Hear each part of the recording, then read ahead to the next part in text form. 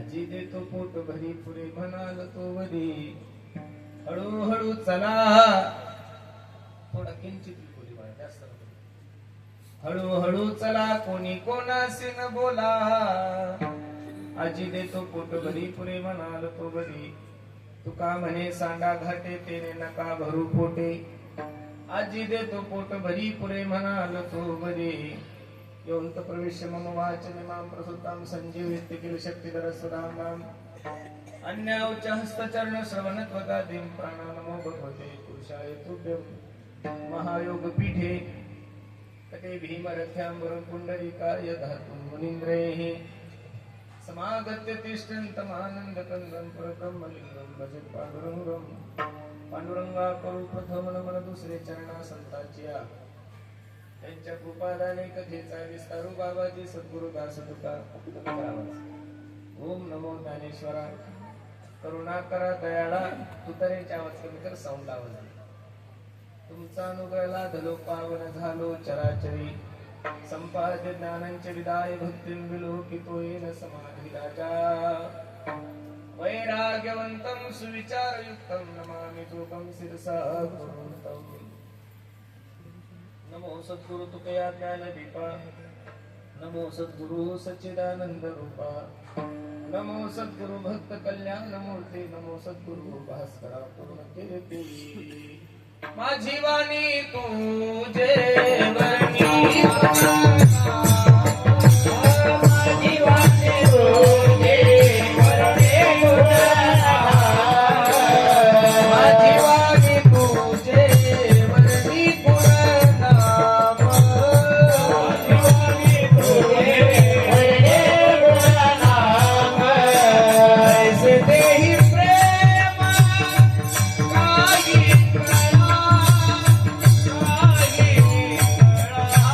Hey,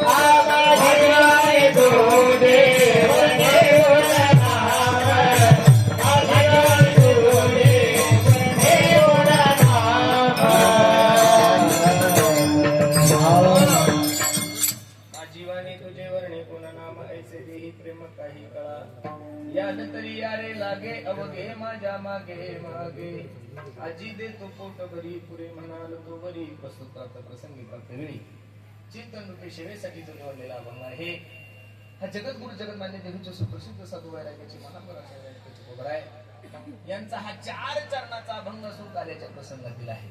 अभंगावर काही चिंतन करण्यापूर्वी अभंगाचा प्रतिपाद्य विषय तुम्हा सर्व मानवासमोर ठेवण्यापूर्वी थोडासा परिहार द्यायचा तो असा गंगे मातेच्या तीरावर चालू असला आपला हा भव्य दिव्य स्वरूपाचा अखंड हरिनाम सप्ताह तथा ग्रंथराज ज्ञानेश्वरी पारायण आणि त्या सप्ताहामधील महाप्रसादाची म्हणजे काल्याची सेवा सर्व ग्रामस्थांच्या वतीने संस्थांच्या वतीने माझ्या वाट्याला दिली. आपण सर्व पुण्यवान मंडळी आहात गड्यानो की तुमच्या आणि माझ्या जीवनामध्ये हा सुवर्ण योग तुम्हाला आणि मला प्राप्त झालाय. बैरागी बाबाच्या दरबारामध्ये चालू असला आपला हा भव्य दिवस स्वरूपाचा कार्यक्रम आहे आणि त्यानिमित्त तुम्हाला सर्व माय बाप्पाच्या दर्शनाचा योग माझ्या जीवनामध्ये प्राप्त झाला. बसणारी मंडळी लक्ष देऊन कीर्तन ऐका. मानवी देहाला जन्माला आल्यानंतर माणसाकडून 2 उत्सव झाले पाहिजेत. कोणते कोणते? पहिला उत्सव माणसाचा देवाचा झाला पाहिजे आणि दुसरा उत्सव साधूचा झाला पाहिजे. पण हल्ली वाईट वाटतंय मला, माणसं देवाचाही उत्सव करायला तयार नाही, माणसं साधूचाही उत्सव करायला तयार नाही. माणसाचे उत्सव साजरे करायला खूप हौस झालेली आहे. 90 वर्षांच्या डांगऱ्यांना सुद्धा असं वाटतं माझा वाढदिवस झाला साजरा झाला पाहिजे. नेमकं तू काय केलं लोकांनी तुझा वाढदिवस साजरा करावा? अख्खं गाव लुटलंय तू. माणसाने माणसाचे उत्सव साजरे करणे विको कमी करणे, माणसाने माणसाचे उत्सव साजरे करणे म्हणजे गाढ वानशेत खाल्लं पापना पुण्य गड्यांना. तुमच्या पदरात जर पुण्य पाडून घ्यायचं असेल तर माणसाने देवाचा उत्सव केला पाहिजे 1 आणि दुसरा माणसाने साधूचा उत्सव केला पाहिजे 2. आणि आपण इथं जेवढे काही मायबाप माझ्या कीर्तनासाठी उपस्थित आहोत आपण सर्व भाग्यवान मंडळी आहोत की बैरागी बाबाच्या 86व्या पुण्यतिथी निमित्त हा भव्य दिव्य स्वरूपाचा कार्यक्रम आहे. का साधूचा उत्सव साजरा करायचा आणि का देवाचा उत्सव साजरा करायचा? अरे ज्या विश्व मालकाने तुम्हाला या विश्वामध्ये जन्माला घातलंय, ज्या भगवंताने तुम्हाला या मृत्यू लोकांमध्ये जन्माला घातलंय, त्या भगवंताच्या उपकारातून ऋणी होण्यासाठी आपण गोकुळाष्टमी साजरी करतोय 1, आपण रामनवमी साजरी करतोय 2, आपण दत्त जयंती साजरी करतोय 3, आपण हनुमान जयंती साजरी करतोय, आपण नरसिंह जयंती साजरी करतोय, आपण वामन जयंती साजरी करतोय. नाटाच्या अभंगामध्ये तुकोबर एका ठिकाणी सांगतात, जेने हा जीव दिला दान, दयाचे करीन जगजीवन नारायण हो, जेने हा जीव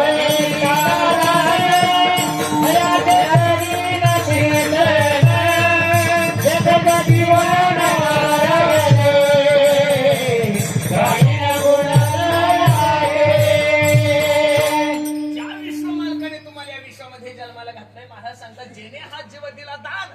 आणि मग दान दिला जर तुम्हाला जीव असला तर आपण काय केलं पाहिजे? तयाचे करीन चिंतन जगत जीवन नारायण गायन गुण तयाचे.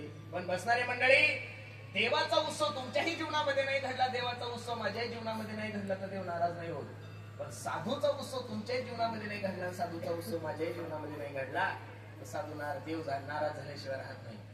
साधूचा उत्सव केला की देव असा गदगद होतो. मला ज्या काही हिंदी कवीने खूप गोड वर्षाकडे तो सांगतो, मैं संतन को दास संत मेरे मुकुटमणी. मी साधूचा दास आहे, मी संतांचा दास आहे आणि संत माझे मुकुटमणी आहे. साधूचा सोहळा केल्यानंतर, संतांचा सोहळा केल्यानंतर निश्चित माझ्या जगाच्या मालकाची कृपा तुमच्या आणि माझ्यावर झाल्याशिवाय राहणार नाही. एक प्रमाण देतो तुम्हाला, देव सारावे परते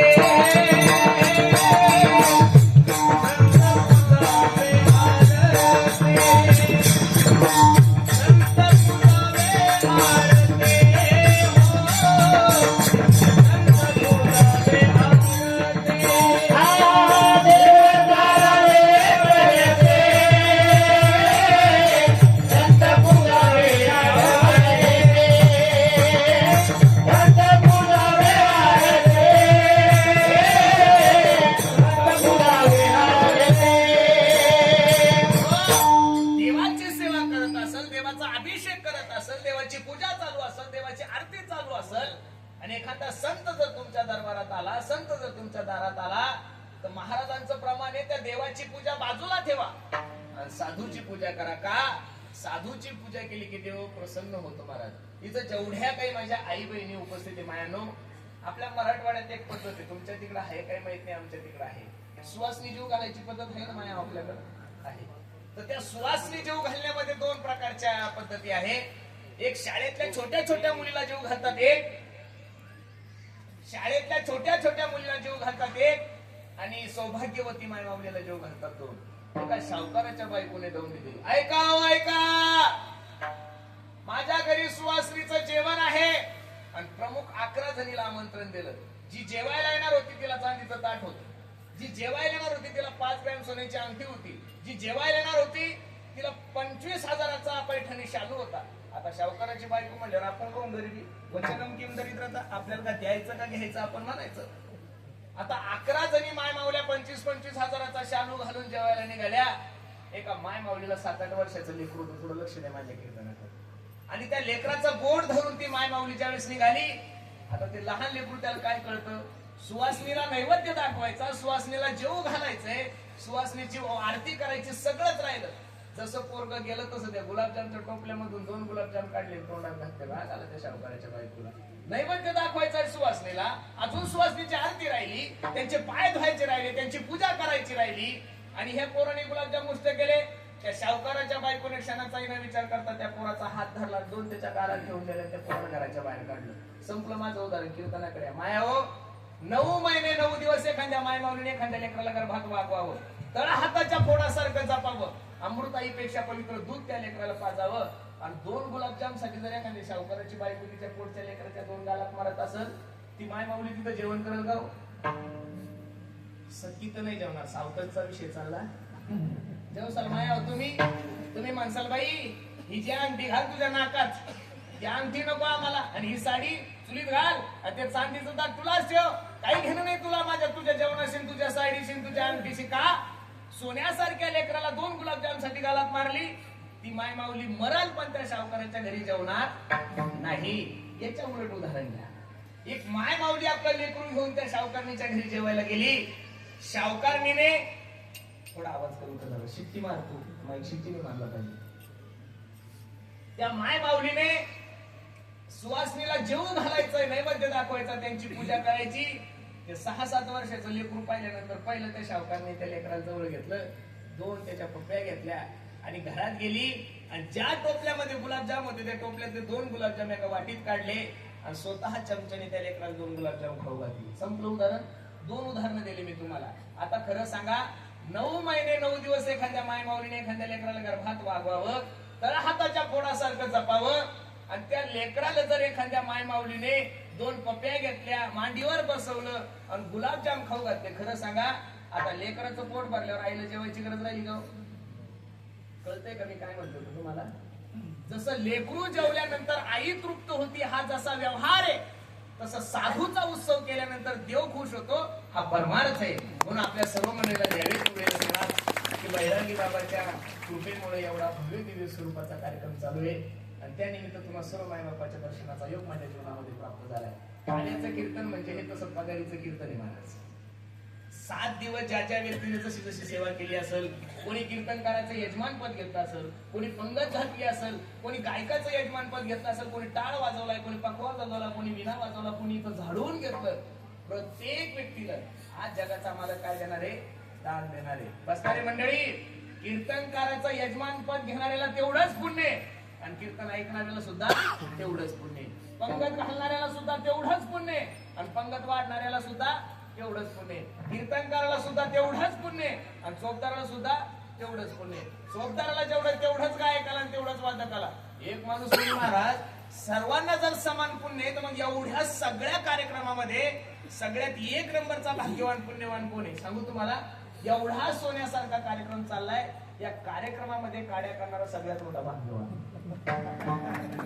कारण काड्या सगळ्यांना करता येत.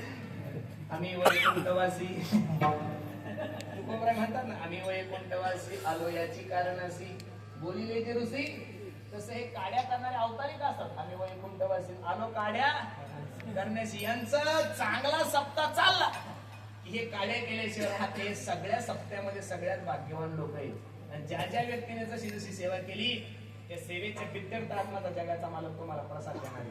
इथंही थोडी गपलं ते. काही लोक म्हणतात काय 7 दिवस कीर्तन ऐकायचंय, काल्याचं कीर्तन ऐकलं तरी तेवढंच पुण्य भेटतं. तुमच्या बापाने सांगितलं तुम्हाला? कोणी सांगितलं? ही पद्धत चुकीची पद्धत आहे. काल्याचा प्रसाद घेण्यासाठी पहिलं 7 दिवस इथं सेवा करावी लागते. अरे तुम्ही सगळे व्यावहारिक मंडळी आहात. 30 तारखेला तुमच्या कंपनीचा पगार होतो. किती तारखेला होतो? बोलत चला. किती तारखेला? 30 तारखेला. मग 30 तारखेचा पगार घेण्यासाठी 29 दिवस आपल्याला काय करावं लागतं? बोलत चला. काय करावं लागतं? 29 दिवस घरी झोपला आणि 30 तारखेला पगार आणायला गेला, तुम्हाला पगार भेटल? तसं काल्याचा प्रसाद घेण्यासाठी पहिला 7 दिवस इथं तुम्हाला हरिपाठ करावा लागेल, काकडा घ्यावा लागेल, कीर्तनाला येऊन बसावं लागेल, ही जागा साफसफाई करावं लागेल, आल्या लोकांची सेवा करावं लागेल. आणि सेवा केल्यानंतर महाराज सांगतात, भानुदास किती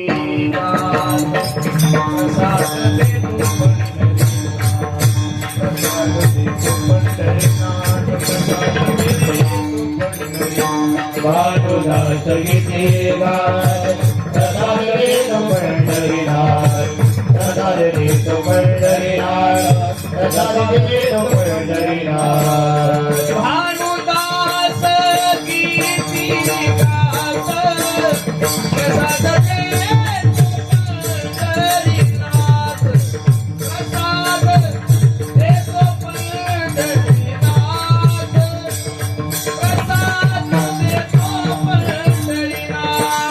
गीते गात सदारे तो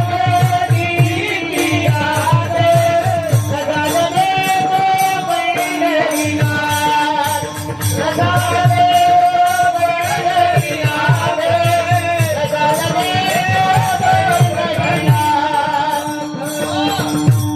भानुदास किती गात प्रसाद देतो पंढरीनाथ. बसणारे मंडळी, 7 दिवस ज्या ज्या व्यक्तीने जशी जशी सेवा केलेली आहे, आज माझा जगाचा मालक तुम्हाला प्रसाद देणार आहे. काल्याचं कीर्तन म्हणल्यानंतर कीर्तनकारांना बाकीच्या गप्पा मारण्यापेक्षा चरित्र ते उच्चारावे. हे तसे चरित्र केले नारायणे रांगाचा गोधने राखीत आहे. बसणारे मंडळी, भगवान श्रीकृष्णाने गोकुळामध्ये जे चरित्र केले त्याचा उच्चार करायचा. लक्ष देऊन ऐका. हे बघा, भगवंताच्या अवताराचा इतिहास सर्वांना ज्ञात आहे. भगवान श्रीकृष्ण अर्जुनाला गीतेच्या 4थ्या अध्यायामध्ये सांगतात, अर्जुन ऐक, यदा यदा हि धर्मस्य ग्लानिर्भवति भारत अभ्युत्थानो धर्मस्य तदात्मानं सृजाम्यहं परित्राणाय साधूनां विनाशाय च दुष्कृतां धर्म संस्थापनार्थाय संभवामि युगे युगे. ज्या ज्या वेळेस या धर्मावर ग्लानी येते, ज्या ज्या वेळेस या धर्मावर संकट येतं, त्या त्यावेळेस माझा जगाचा मालक अवतार घेतो. याचं उत्तर तुळशीदासजीने दिलं. पहा, जब जब होए धर्म की हानी, बाढ़ही असुर अधम अभिमानी. राम सिया राम जय जय राम. तब तब धरी प्रभु विविध शरीरा, ओ हरहि कृपा निधि सज्जन पीरा. राम सिया राम जय जय राम. बसणारी मंडळी, ज्या ज्या वेळेस धर्मावर ग्लानी येते, ज्या ज्या वेळेस धर्मावर संकट येतं, त्या त्यावेळेस माझा जगाचा मालक अवतार घेतो. पहिलं प्रमाण श्रीमद भगवद्गीतेतलं दिलंय तुम्हाला मी, दुसरं प्रमाण तुळशीदासजीचं दिलंय, तिसरं प्रमाण माझ्या तुकोबरायचं गात्यातलं. पहा, धर्म रक्षावया अवतार घेसी, धर्म रक्षावया अवतार घेसी, धर्म रक्षावया अवतार घेसी, धर्म रक्षावया अवतार घेसी, धर्म रक्षावया अवतार घेसी.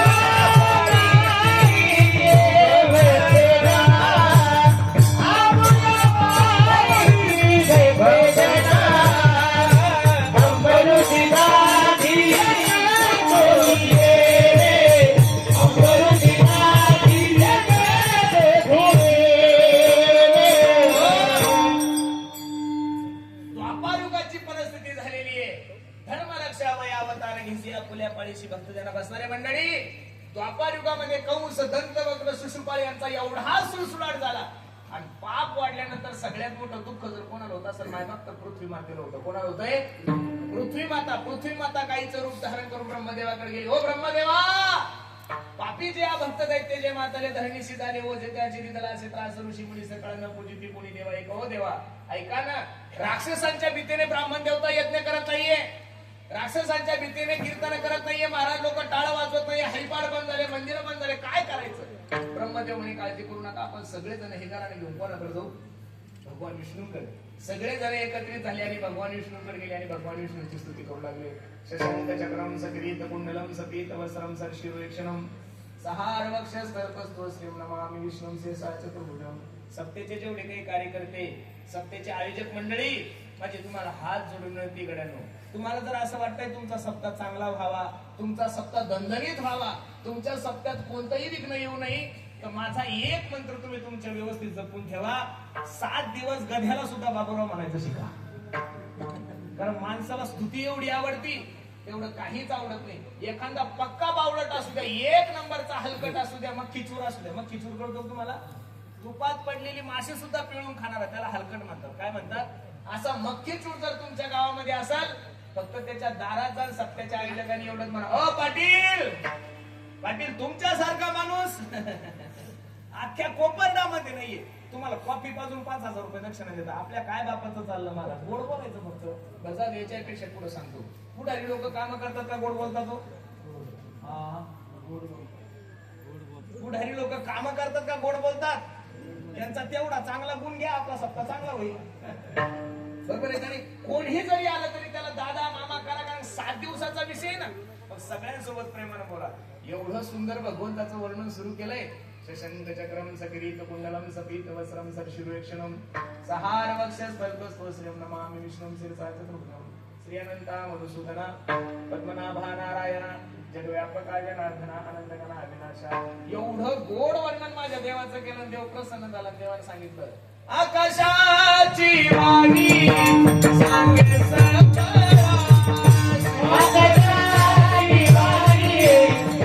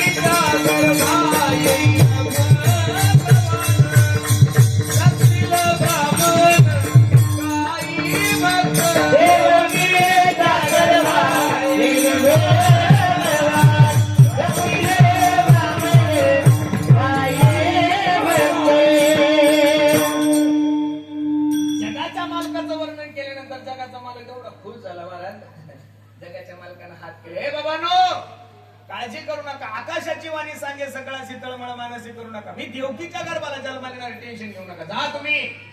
अरे बापरे बाप, एवढा आनंद झाला. देवानं आता आश्वासन तर दिलं, पण ते आश्वासन पूर्ण करणं सोपं आहे का? कारण अवतार घेणं एकट्याचं काम थोडं आहे काही. पक्ष स्थापन करायचं म्हणल्यानंतर कमीत कमी हक्काचे 40 आमदार नको का? तो काय थोडं पक्ष स्थापन होणार काही? एकटा माणूस कसं करेल? देवाने विचार केला, अवतार घ्यायचं आश्वासन तर दिलं, पण अवतार घ्यायचा आता एकटाच अवतार घेऊ शकत नाही. अवतार घेता घेता भगवंत गेले कोणाकडे? शेषाकडे. शेष म्हणजे लक्ष्मणजी. शेषापती बोले, लक्ष्मीचा तोवर चला अवतार घेऊ आता. शेषाने सांगितलं, भाऊ मी सर्वांच्या नादी लागेल, तुझ्या नादी लागणार. अबे देवा, मागच्या जन्मात मी तुझा लहान भाऊ झालो बे. तुम्ही 14 वर्ष रामायणामध्ये खरा जर वनवास कोणाला घडला असेल माया हो, तो लक्ष्मणाला घडला, उर्मिलेला घडला, सीतेला वनवास घडला. आता तर काही माय मावल्याच्या घरी जेवायला जाऊ म्हणतात, महाराज माझ्या पोरीला सीतेसारखा वनवास आहे. तुझ्या पोरीला सीतेसारखा वनवास? हिच्या पोरीला कंटाळून सासूबाईनं फाशी गेला असती. आता कशाचा वनवास राहिला मला? तो काळ वेगळा होता. पहिल्या जुन्या म्हाताऱ्या पाहिल्या की सुनबाई अशा थर थर थर थर थर थर थर थर थर कापत होत्या. आता उलट झालं. आता सून पाहिली की सासूबाई थर थर थर थर थर थर कापत. म्हणून खरं सांगू का, आता त्या गोष्टी राहिल्याच नाही. भागवत काय सांगतात, तरुणी प्रभुता गेहे शालोक बुद्धिदायका कन्या विक्रयो लोकात दंपतीनांच्या कल्कनम. सीताई साहेबाला जो वनवास घडलाय तो सीताई साहेबाच्या चुकीमुळे घडला, बाकी कोणामुळे घडला? सोन्यासारखा नवरा असताना सुद्धा सुवर्णासारखे हरिण तिची चोळी शिवण्याची काय झाली, इच्छा झाली. आता माय माऊलीला सोनं किती आवडते तुम्हाला मला काय करणार आहे? ज्या दिवशी आपण बाया हो त्या दिवशीच कळत महाराज. बाबा बाबा बाबा आपल्या तिकडे एखादी गाय म्हैस जास्त पळायला लागली तिच्या गळ्यात लोड म्हणतात. तुम्ही काय लोडनच म्हणतात ना त्याला? लोडनच म्हणतात ना आपल्या तिकडे शब्द काय? लोडणं. बरोबर आहे का नाही? एखाद्या माय माऊलीला उभं करायचं तिला म्हणा, मावशी हे 70 किलोचं सोन्याचं लोड नाही. बाईची मान मोडत पण नाही म्हणणार मी, एवढं सोनं आवडतं नाहीला. मी तर नेहमी विनोदाला सांगत असतो, आमच्या गावामध्ये एका पाटील समाजाच्या पोराचं लग्न होतं. मग दौंडी दिली त्याच्या बापाने, ऐका ऐका माझ्या एकुलत्या एक मुलाचं लग्न आहे, प्रत्येकाने लग्नाला यायचं. आता ज्याचा मुलगा होता त्याच्याकडे 400 एकर जमीन होती, ज्याची पोरगी गेली त्याच्याकडे 700 एकर जमीन. आता विचार करा तुम्ही, 2-2 एकरावाल्याच्या लग्नाला जर 12-12 बॉक्स असतात, नाही कळलं तुम्हाला? तुमच्या भागाला देशी किंग पुरस्कार द्यायला पाहिजेत. माझ्या सगळ्या महाराष्ट्रात सगळ्यात जास्त देशी जर जात असत या परिसरात जाते, कारण इकडे माझं मामकुळे, मला सगळं माहिती तुमचा इतिहास, तुमच्या जवळचा मी लक्ष देऊन ऐका. आता जो लग्नाला येईल त्याच्या दारामध्ये स्कॉर्पिओ उभी गेलेली होती. सर्वांनी लग्नाला यायचं. प्रत्येक माय माऊलीला साडी, घरातले जेवढे काही माणसं आहेत त्यांना कपडे. अहो 5 कोटीचा नुसता मंडपच होता महाराज. किती कोटीचा मंडप होता? 5 कोटीचा नुसता मंडप होता. मुख्यमंत्री, उपमुख्यमंत्री, आमदार, खासदार, मंत्री सगळे लग्नाला येणार होते. आमच्या गावाच्या 10-12 गोरगरीब माय माऊली एकत्रित झाल्या. त्या म्हणे, का बाई पाटलाच्या पोराचं लग्न आहे ग, आणि मी तर असं ऐकलं की मुख्यमंत्री लग्नाला येणार आहे. आपण कोणत्या तोंडात जायचं ग? आपल्याकडे तर फुटका मध्ये नाही सोन्याचा. त्या 8 जणीचे एक अध्यक्ष दिला. मुकरदम कळतील तुम्हाला? मुकरदम आहे का तुमच्याकडे शब्द? बरं नसल मुकरदम कळत, बचत गटाचे अध्यक्ष कळते माया हो. तुमच्या गावची सोडू. ती म्हणे, का ग बाई ओरिजिनलच घाला असं काय नाही मी. आता त्या सोनाराने नाही काढलं का? आता सोनं फक्त ऐकायचं आणि पाहायचं, घ्यायचं. 1 लाख कितीतरी हजार रुपये तोळा झाला. आता सोनं आपल्याला पाहायला भेटणार नाही. आणि अजून कितीकच वाटतं देव जाणे. ती 8 जणीची अध्यक्ष ती म्हणे, का ग ओरिजिनलच घाला असं काय नाही मी. आता सोनाराने नाही काढलं का ते बँटेक्स, बरं ते सोन्यापेक्षा जास्त चमकतं. 8च्या ऍटोत बसल्या आणि भोकरदनला त्या दुकानात गेल्या.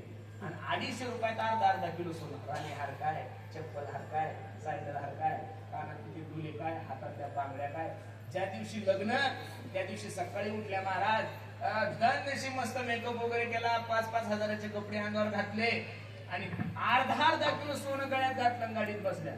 जशी ड्रायव्हरनं गाडी मंडपात नेली, 25,000 लोक लग्नाला आलेले होते. ड्रायव्हरनं ब्रेक केला, दरवाजे उघडले, ह्या 8 जणी खाली उतरल्या ना, तो लोक मुख्यमंत्र्याकडे बघे ना, आमदाराकडे बघे ना, खासदाराकडे बघे ना, अख्खच्या अख्ख वराड विचार करत होतो. बाबा बयाच्या गळ्यात जर एवढं सोनं आहे तर बया श्रीमंत किती असेल. आता लोकांना काय माहिती डुप्लिकेट आहे म्हणून. खऱ्यापेक्षा डुप्लिकेट खूप चमकतं महाराज. ते प्रत्येक क्षेत्रात आहे. राजकीय क्षेत्रात ती बोंब आहे, आमच्या क्षेत्रात तीच बोंब आहे. ज्यानं पक्ष वाढवला टायमावर दुसऱ्याला तिकीट आहे, तुम्ही ते राहील असाच वेळ आहे. इथं सत्याचा जमानाच नाही राहिला महाराज. उद्धवा अजब तुझे सरकार. खरे ना, लहरी राजा प्रजा आंधळी, लहरी राजा प्रजा आंधळी, अधांतरी दरबार उद्धवा अजब तुझे सरकार. इथं सगळं उलटच आहे. इथं धुंद झाला तुझा असं त्या सिरीजले जन पापा देती अनुमोदन करती अन संतांचे सगळं उलटच आहे महाराज इथं. म्हणून लक्ष देऊन ऐका.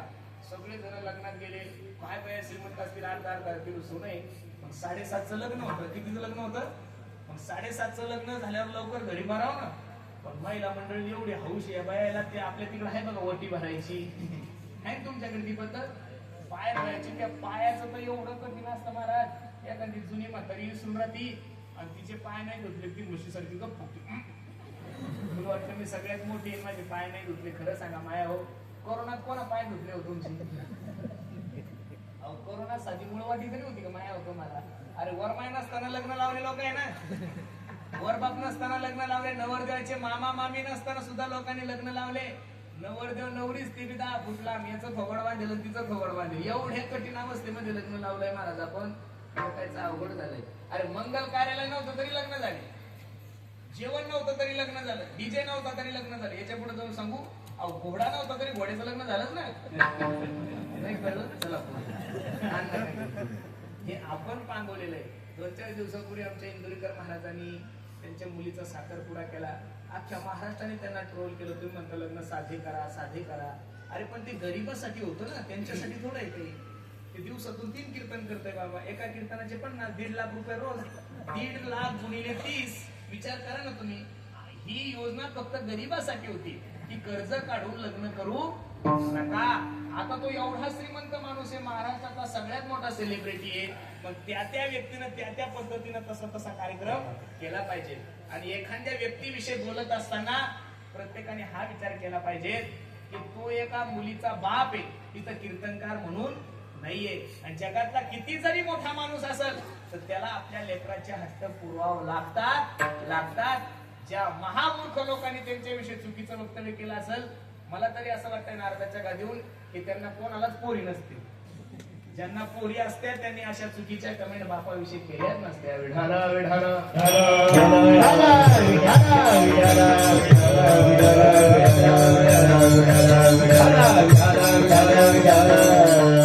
साडेसातचं लग्न झालं लवकर घरी मला 12 वाजता लोक लग्नात थांबले. नेमकाच कोरोना संपलेला होता आणि चोऱ्या सुरू झालेल्या होत्या. लोकांना रोजगारी नव्हती, काही नव्हती.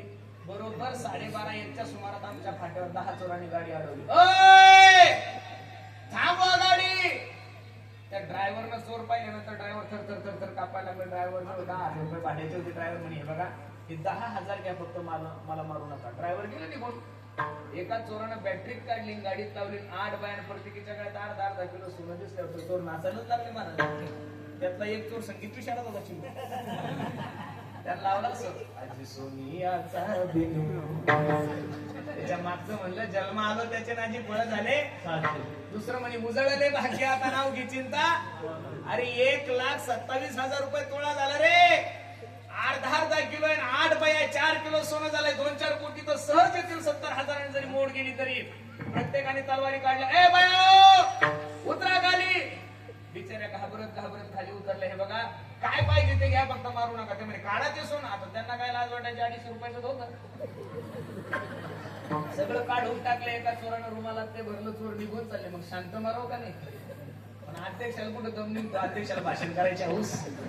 अध्यक्षाने घेतलाच नाही. ए मेल्या जाय डुप्लिकेट तर हे काही गरज होती शहाणपणा करायची. काही डुप्लिकेट. चोर परत आले. 7 जणीला कमी आणलं. पण अध्यक्ष असा धुतला म्हणतात. मी अध्यक्षाला भेटायला सरकारी दवाखान्यात गेलो. अध्यक्ष निळा पिवळा हिरवा झालेला होता. मी म्हणलं अध्यक्ष झालं काय? बोले ना. अरे डुप्लिकेट सोनं जर माणसाला एवढा त्रास देत असेल, त्या सोन्या पायीच तर एवढं मोठं झालंय ना महाराज. बरोबर आहे का नाही? म्हणून भगवंताने सांगितलं, पूर्वी तू अनुज, मागच्या जन्मात तू लहान भाऊ झाला लक्ष्मणा, त्याच्यामुळे तुला माझं ऐकावं लागलं. आता तू वडील होईबार सर्वज्ञ, वाडीला मी आज्ञा तुझी मारे. ठरलं महाराज. लक्ष्मी आई साहेबांना सांगितलं, कौंडण्यपुराशी जावे तुम्ही. आणि आता काय वातावरण आहे. वसुदेवा देवकी बहीण लग्नामध्ये विघ्न झाली आहे का? कंसाची लाडकी बहीण वसुदेवाला दिली आणि थाटामाटात मिरवणूक निघाली ना आकाशवाणी झाली. कंसा, अरे ज्या बहिणीची एवढी थाटामाटात मिरवणूक घेऊन चालला असणार आहे, तिच्या पोटी येणारा 8वा पोरगा तुला मारणार आहे. खरं सांगा, आपल्या बहिणीचं पोरगा आपल्याला मारणार आहे हे भावाला कळल्यानंतर त्याला भाऊजी बोलवल. कंसच होता तो. त्याला खडग घेतलं. महाराज सांगतात, घेऊनिया खडग माराया धावला, हात तो धरिला वसुदेवे, हात तो धरिला वसुदेवे, हात तो धरिला वसुदेवे. घेऊनिया खडग माराया धावला, हात तो धरिला वसुदेवे, हात तो धरिला वसुदेवे, हात तो धरिला वसुदेवे. आपल्या बहिणीचं पोरगा आपल्याला मारणार आहे म्हणल्यानंतर कंसाने विचार केला, हिलाच मारलं तर पोरग कसं होईल. म्हणून खडगा घेतला आणि मारायला धारणार बा वसुदेवाने हात पकडला. अरे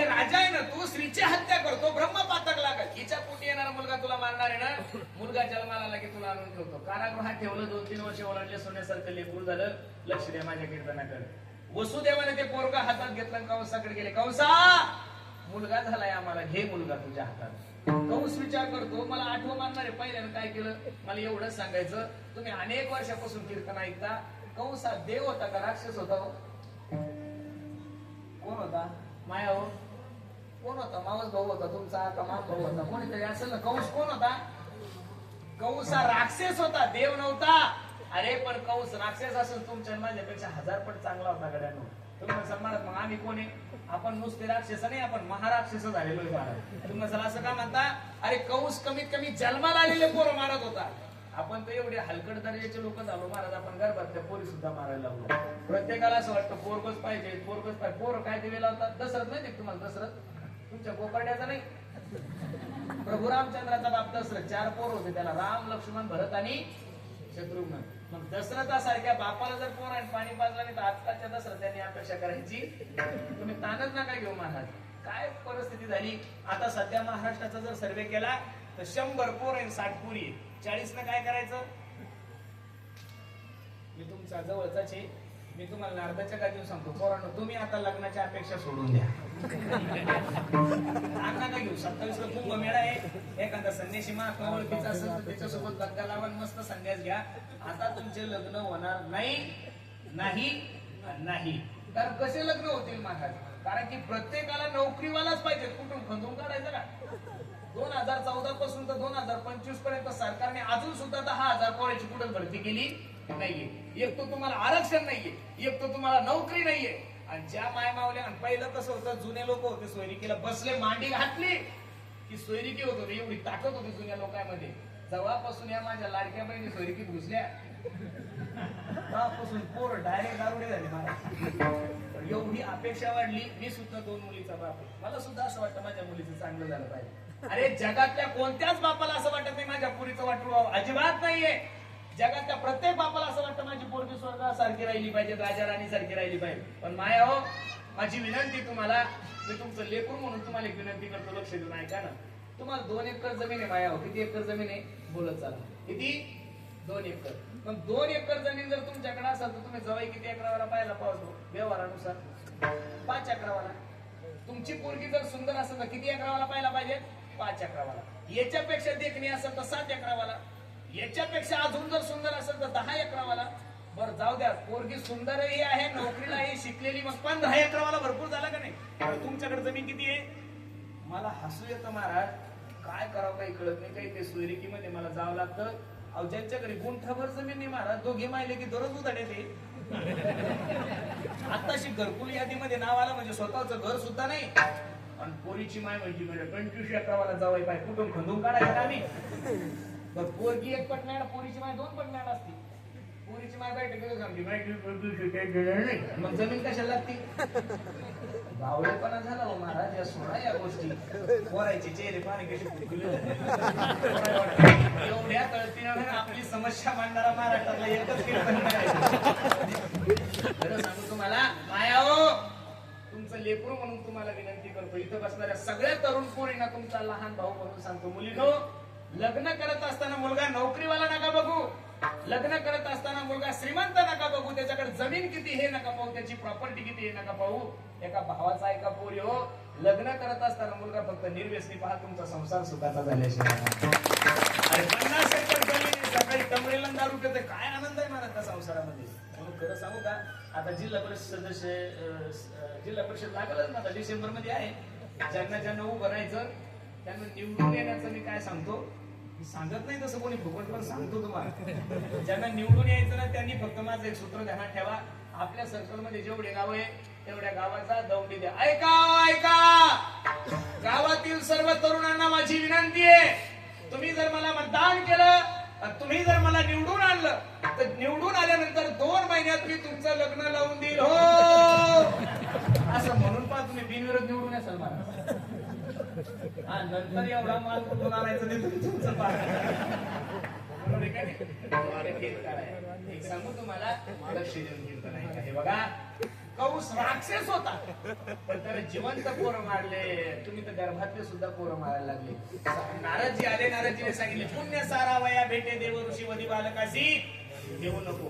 6 मारले, 7वा जो गर्भयोग मायाने त्यांना आश्चर्य करीत जगा माझी. आणि 8व्याची तयारी सुरू झाली. रामदेवराय वर्णन करतात. देवकीचे तेज जिसे जैसा सूर्य, देवकीचे तेज जिसे जैसा सूर्य, देवकीचे तेज दिव्य वेदा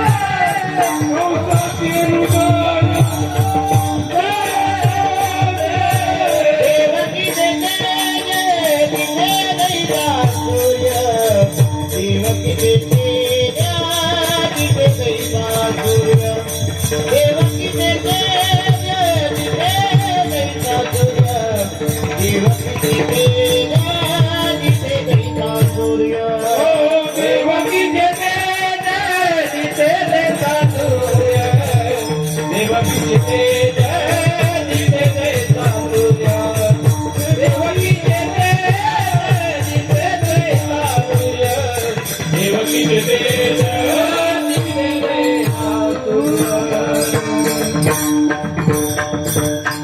भगवंताच्या अवताराची वेळ जवळ आली. देवकी माता सांगते देवकीचे तेज. नामदेवराय सांगतात देवकीचे तेज दिशे जैसा सूर्य, कंसाचे हृदय जळत असे. अवताराची वेळ जवळ आली. नामदेवराय वर्णन करतात. दशरथे मारिला तोचे होता मासभर शरदराशी कृष्ण पक्ष वसून आमची बुधवार असे. शुकर सांगत असे परिस्थिती. अयोनी संभवन हे काही श्रमी नामयाचा स्वामी. 8 वर्षाची मूर्ती देवकी माते समोर प्रकट झाली. देवकी माता रडायला लागली. का? 6 नराधमाने या 6 लेकर मारले होते. देवकी रडायला लागली. सोडा सोडा मिठी लपवा लपवा जग जेली, धनी कंसासी कळेल माझ्या बाळासी. ओ ऐका ना, वाटवा माझ्या लेकराला 6 लेकर मारले त्या नराधमाने. आईचा तो आक्रोश, आईचं ते रडणं पाहिल्यानंतर जगाचा मालक सांगतो हे माय काळजी करू नको, तो कंस मला काय मानणार नाही का? त्याचं तेरस खाल्लेलं तू ताण नको घेऊ. फक्त एक काम कर माय, नंदाच्या घराला मजने गोकुळाला माया उपजली तेथे हो हो, ठेवी मज आली येथे मनसी रक्ष पाळ हो हो, तेम्या मोहिले सकळ उचलला कमळापती पायीची बंधने कळे. ती भगवंताने वसुदेवाने भगवंताला उचललं, गोकुळामध्ये घेऊन गेले. माया जन्माला आले, त्या मायेला घेऊन आले. रडे माया करिया कांतनामा म्हणे उदती दूत.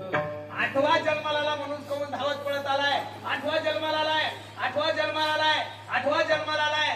आणि देवकी माते समोर त्या पोरीला घेऊन चालले तर देवकी रडायला लागली. ए दादा, अरे तो मुलगा नसून मुलगी, मुलगी तुला काय करणार आहे?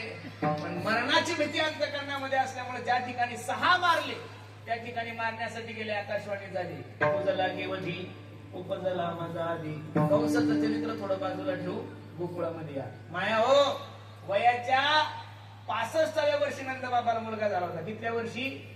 65व्या वर्षी. आपल्याला तो 25व्या वर्षी झालं तरी आपण अख्ख्या कोपरड्याला पेढे वाटतो. पेढे पेढे कशाचे? पोरं झाल्यानंतर पेढे वाटू नका. ज्यांनी ज्यांनी पोरं झाल्यानंतर पेढे वाटले त्यांना म्हातारपणी जोडेच खावं लागलेले, म्हणून पोरं झाल्यावर पेढे वाटायचे. पेढे म्हातारपणी वाटायच्या दिवशी म्हातारपणात पोरगा तुमची सेवा करेल, तुम्हाला तीर्थयात्रेला घेऊन जाईल, प्रेमानं बोलल तुम्हाला. तरुणपणात तर काय महाराज, काही काय नाही. लोकांना कशाचा आनंद होतो काही कळत नाहीये, काही नाहीये. म्हातारपणी माणसाने उत्सव साजरा करावा, लोकांना सांगा ए माझं पोरग माझी रात्र दिवस सेवा करतोय. म्हणून नंद बाबाच्या तिकडे जेवढा आनंद आहे आणि सगळीकडे चर्चा सुरू झाली. गवळण म्हणती हो म्हणती गवळणीला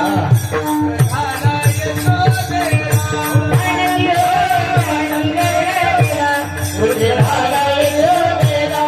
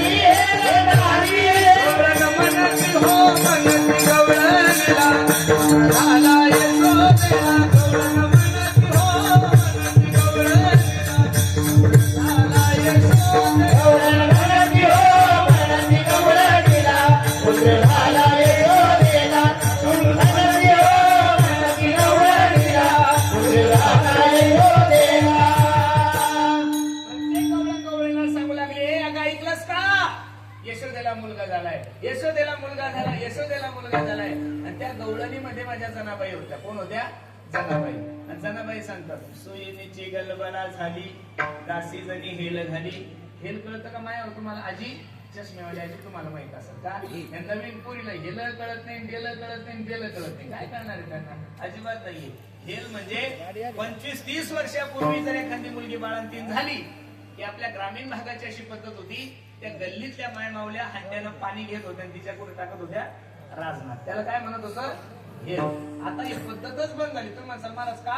आता 100% 100% मुलींची डिलिव्हरी भोकरदनला व्हायला पण पाणी घेऊन का हॉस्पिटलला जातात का? दिवसांदिवस वातावरण खराब होत चाललंय. आम्ही लोक जेवढा विश्वास डॉक्टरवर ठेवतात त्यातला अर्धा विश्वास जरी आयुर्वेदावर ठेवलं तरी जीवनामध्ये त्रास होणार नाही. माझी आजी मरण पावली. माझी आजी सांगायची, आपल्या गावात घराशेजारी एक मथाबाई म्हणून एक म्हातारी होती, वारली ती पण. म्हणजे आम्ही शेतात असताना, खुरपत असताना, आपण त्याला निंदन म्हणतो, काही ठिकाणी खुरपण म्हणतात. खुरपण करत असताना त्या मथाबाईची काय झाली होती? डिलिव्हरी झाली होती, बाळंतीण झाली होती. काय पूर्वीचं अन्न चांगलं होतं, पूर्वीचं खानपान चांगलं होतं, पूर्वीचे विचार चांगले होते. आता तर एवढा अवघड झालंय महाराज, 100%पैकी 60% मुलींचं शिजर व्हायला लागलं. काय व्हायला लागलं? याचं कारण मुलगी प्रेग्नेंट झाल्यापासून गोळ्या खाती तर शेवटपर्यंत गोळ्याच खाती. व्यायाम करायला तयार नाही, काम करायला तयार नाही. बेड रेस्ट म्हणतात त्याला. कोणती? बेड.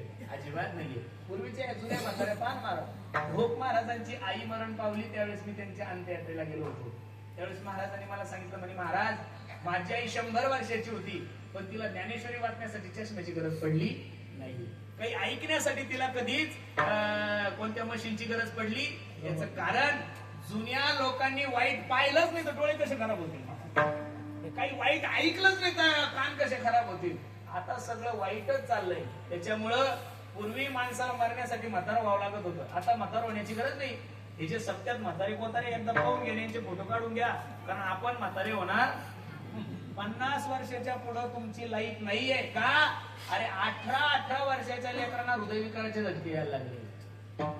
कुठं कोणी जरी दवाखान्यात गेले तर कोणी म्हणतं माझी सील ब्लॉकेज झाली, कोणी म्हणतं हे ब्लॉकेज झाली. याचं कारण तुम्ही या धावत्या युगामध्ये, या सायन्स युगामध्ये जे खाताय ते विष खाताय, अन्न खात नाहीये.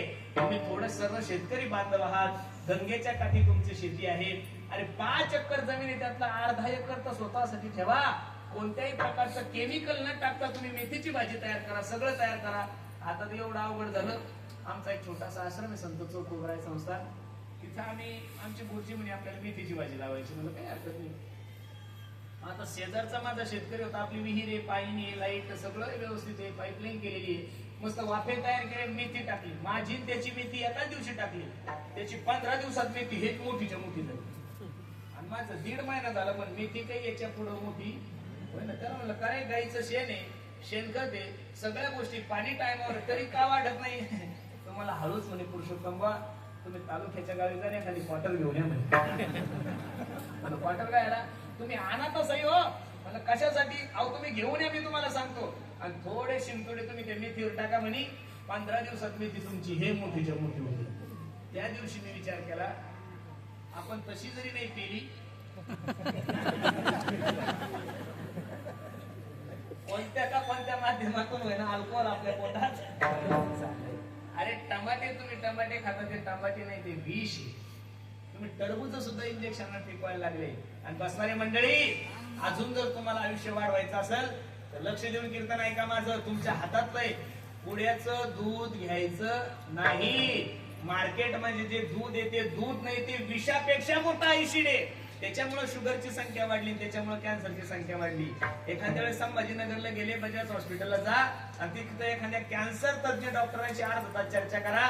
तिथं जाऊन त्यांना विचारा, जे तंबाखू खात नाही, जे बिड्या पेत नाही, जे गुटखा खात नाही, जे दारू पेत नाही, अशा 70 ते 85% लोकांना कॅन्सरची संख्या वाढली. याचं कारण आपण जे अन्न खातोय ते अन्न नाहीये, आपण विष खातोय. आणि विष खाल्ल्यामुळे रोगाचं रूपांतर व्हायला लागलं. कोण माणूस कधी कशाने मरेल काही सांगता येत नाही. कपातला कपात असतो, बसत लोक म्हणजे आता कीर्तनात होतो, मराठी लागत नाहीये. मग माझी सर्वांना विनंती आहे, जनाबाई सांगतात, सुयेलीची गलबल झाली, दासी जणी हेल घाली, जिकडे तिकडे आनंद आहे. गोकुळीच्या सुखांत पारणा हिले का बाळकृष्णंदा घरी आनंदल्या. गुडिया तोरणे करती कथा गाती गाणे घरोघरी झाला लक्ष्मीचा तो वास चिंता ती पळाली गोकुळा बाहेरी. जिकडे तिकडे आनंद आहे पण एकीकडे सुख आहे आणि एकीकडे दुःख आहे. कृष्ण गोकुळी जन्मला दुष्टाचा काप सुधाला. कंसाने तातडीने मीटिंग भरवली. ऐका हो ऐका, जो कोणी माझ्या शत्रूला मारल त्याला अर्ध राज्य बक्षीस दिलं जाईल. पैडाईला पुतना मावशीने उचलला होता. कोणी उचलला होता? तुम्ही असं नका समजू की महिलांना आताच आरक्षण आहे. हा, महिला बिचाऱ्या पहिल्यापासून सर्वांच्या प्रिय आहेत आणि आता सरकारच्या तर एवढ्या प्रिय झाल्या बाबा बाबा बाबा. सगळ्या तिन्ही मुख्यमंत्री दोन उपमुख्यमंत्र्यांच्या लाडक्या बहिणी झाल्या. तुम्ही खरं सांगू तुम्हाला नारदाच्या गादीवर अख्खा महाराष्ट्र जर कोणामुळे परेशान असेल माया होतो फक्त तुमच्यामुळे परेशान. जे भट्टू बसवतात, जे रोड करतात, अशा कॉन्ट्रॅक्टरला जाऊन विचारा, त्याला 3 टाइम झेंडू बाम लावायला मुरायला त्याचे बिलच निघत नाही. तू मेला तरी बिल आता निघत नाहीये. सगळं बरं आता ते असं झालंय, एक तर योजना बंदही करता येत नाही. पंचायत समिती लागली, जिल्हा परिषद लागली, म्हणजे दोन्ही कोण कार्यक्रम खराब आहे. अख्खी तिजोरी माया हो तुम्ही खराब केली. कमीत कमी महाराष्ट्रातले 100 कॉन्ट्रॅक्टरनं जर पाशा घेतल्या असेल तर हे सगळं पुण्य जर कोणाचा असेल माया हो हे सरकार आणलं तुम्ही पण लय अडचणीत आणलं. आणून अडचणीत आणलं. सरकार बहुमतात आणलं पण आणून सुद्धा तुम्ही आमदाराला जाऊन विचारा, खासदाराला जाऊन विचारा, मंत्र्याला जाऊन विचारा, ते फक्त घोमट्यासारखे पुढे मुंबईला जातात, 2 दिवस राहतात आणि घरी येतात. काही नाही राहिलं. सगळ्या तिजोऱ्या कराट झालेल्या आहे. 1 लाख कोटीच्या वेळ महाराष्ट्राला सध्या काय आहे? कर्ज आहे. अरे जर ही योजना नसती राहिली तर मला तरी असं वाटतं शेतकऱ्याला मनासारखं ह्या वेळेस नुकसान भरपाई मिळाली असती. पण 1,500च खूप झाल्या मायावर. तुम्ही कठीण काळा झालाय महाराज. अहो किती लोक त्या 1,500साठी मारतात.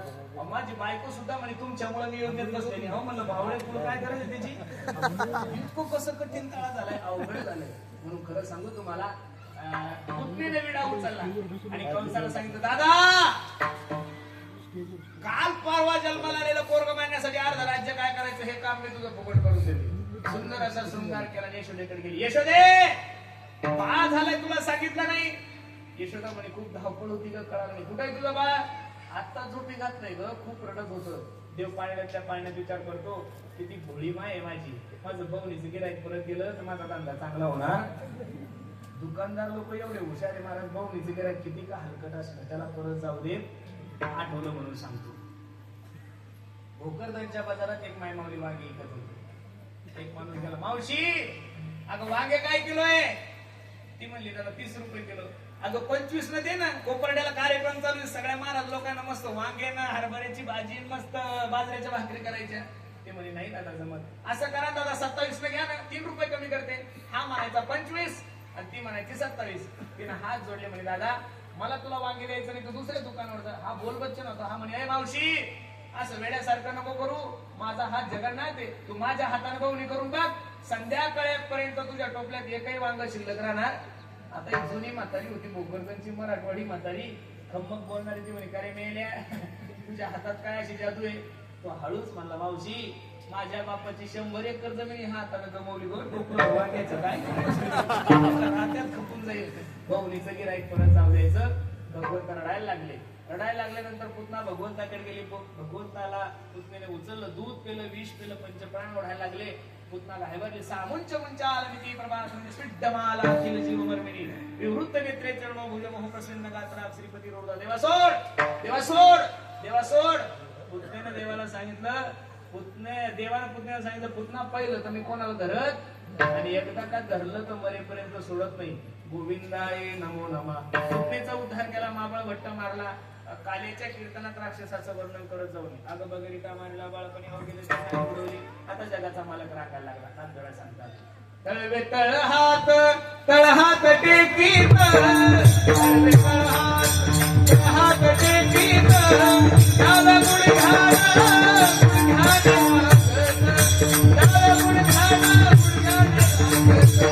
तळवे तळहात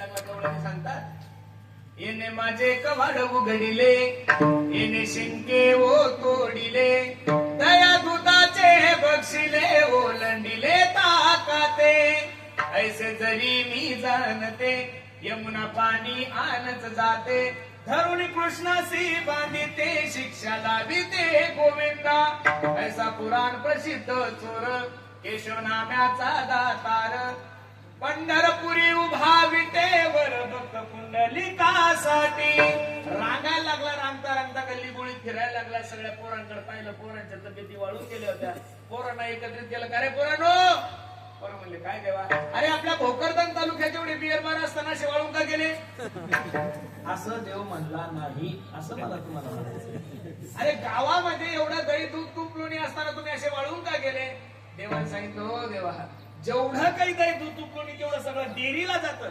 डेअरीला काही राहत नाहीये देवाने सांगितलं असं तुम्हाला आनंद प्राप्त करून घ्यायचा आहे सुख प्राप्त करून घ्यायचंय समाधान प्राप्त करून घ्यायचं ना मग मी सांगतो ते करा काय अभंगाचं पहिलं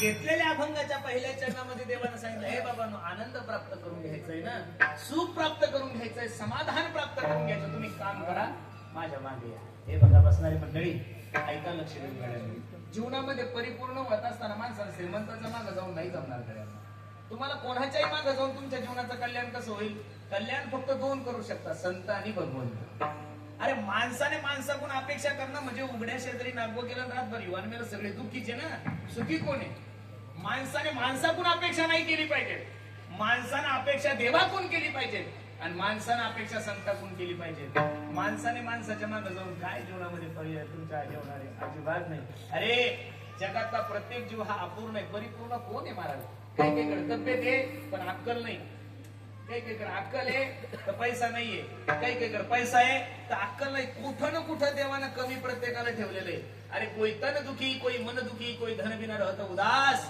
बऱ्याचशा श्रीमंत लोकांच्या घरी जाण्याचा प्रसंग येतो आम्ही जर जेवायला बसलो तर आमच्या ताटामध्ये 40 पदार्थ असतात आणि आमच्या शेजारी घर मालक बसलो असतो त्याच्या ताटात 2च पदार्थ मुंगाची डाळ ज्वारीची भाकर आपण म्हणू साहेब घ्या ना ते म्हणते चेचे अहो साहेब घ्या ना ते म्हणते चेचे अहो साहेब घ्या ना थोडे गुलाबजाम ते म्हणते चेचे अहो म्हणतात महाराज डॉक्टरने फक्त गोळ्याच खायच्या सांगितल्या सकाळी 2 दुपारी 2 संध्याकाळी 2 10 कारखान्याचे चेअरमन आहे महाराज काही लोक पण साखर पाहिजे तरी शुगर वाढते देव म्हणे फक्त खुर्चीवर बसायचं साखर खायची नाही संपत्ती आहे पण शारीरिक सुख नाहीये अहो काही लोकांकडे काय आहे महाराज मला तर हसू येतं जगातले जेवढे काही श्रीमंत माणसं आहेत त्यांना कोणालाच पोरं नाही प्रत्येकाला पोरी नाव सांगू पुढाऱ्याचे 2-4 तुम्हाला माहिती श्रीमंताईच्या नावा सांगू अजिबात नाहीये. म्हणजे पोरीत आणि पोरात मी काही फरक करणारा महाराज नाहीये. पण जगातले जेवढे काही श्रीमंत माणसं आहेत त्यांना कोणालाच वारसदार नाही, प्रत्येकाला पोरी आहे. ज्याच्याकडे प्रॉपर्टी आहे त्यांना वारसदार नाहीये. आणि ज्यांचा कशाचाच मेळ नाहीये, तुम्ही जालन्याला जाऊन पाहा, सकाळी खाल्ला की संध्याकाळचा मेळ नाही, वर्षाला एक पोरग बी एवढं गुडगुडीत ना, त्याला डेंगू होत ताप येत ना, त्याला काय नाही, एकदम मस्त मस्तीच राहतं. म्हणून सर्वांना माझी विनंती करायची, जगाच्या मालकाने प्रत्येकाला अपूर्ण ठेवलेले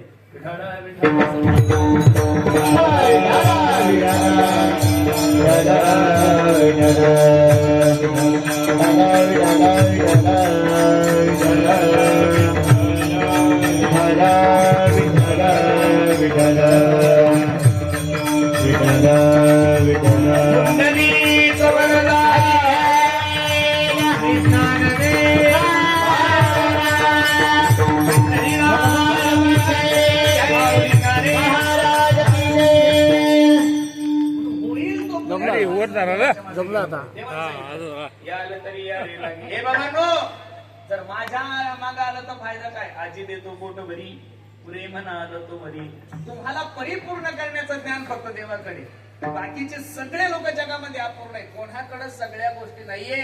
अरे तुम्ही अपूर्ण आहे म्हणून तर कीर्तनाला येतात ना रे. तुम्ही अपूर्ण आहे म्हणून मंदिरात जाता. सगळ्याच गोष्टी तुमच्या मनासारख्या झाल्या तर कीर्तन बंद होतील, मंदिराला कुलूप लागतील. ज्या अर्थी लोक देवाकडे चालले त्या अर्थी कुठं कुठं तरी आपण, मला एवढंच सांगायचं, तुम्ही ठरवून ज्या अर्थी काही गोष्टी होत नाही त्या अर्थी समजून चला की ठरवणारा कोण आहे? दुसरा आहे.